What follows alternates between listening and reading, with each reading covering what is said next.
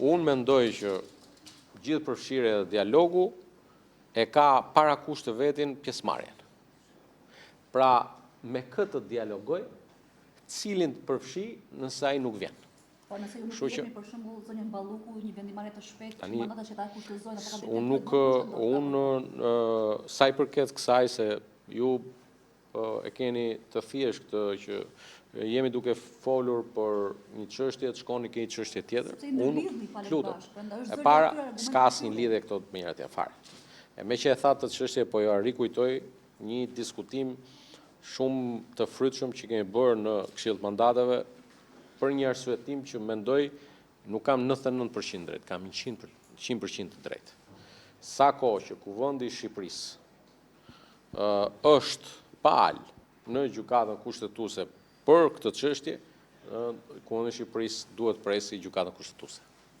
Ose janë çështje të ndryshme. Po mirë, thash, unë do konsultohem dhe me ju kur të marrë në qëndrim, por në vlerësimin tim, ky është qëndrimi. Zoti Balla, pse ka një kohë tjetër për reformën zgjedhore dhe një kohë tjetër për reformën territoriale? Pse ju zgjidhni territorialen të vini një kohë më të shpejtë? Faleminderit Siona.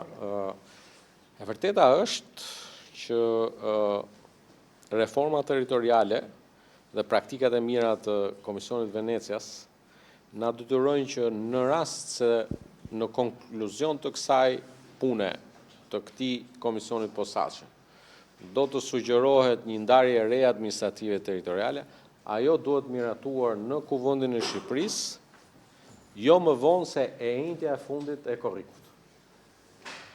Pra, e njëjtja e fundit e këtij sesioni parlamentar.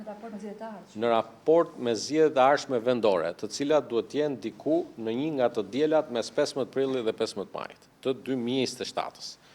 Dhe duke e marrë agjendën tonë të punës, edhe në raport me këto praktikat mira të Komisionit të Venecias, na duhet që të paktën sa i përket ligjit për ndarjen administrative territoriale, duhet të ketë kaluar të njëjtën. Ktu ka prap, se paketa nuk është vetëm ndarja administrative territoriale, çështja e ndarjes kompetencave, çështje të ligjeve që ndërlidhen edhe me financimin e me projektet e me gjithçka tjetër. Ato mund marrin kohë dhe sesionin e tretë të kësaj legislature. Por sesioni i dytë i kësaj legislature, nëse do të ketë, se unë nuk e di, nuk parashikoj dot, komisioni ndoshta nuk vjen me propozime. Kemi pasur në 2022-shin, mbani mend një komision që dështoi. Po ky nuk është rasti kur komisioni nisën nga ne. Faleminderit. Zoti Balla, po i rikthemi edhe një herë deklaratës, meqense ju e përmendët për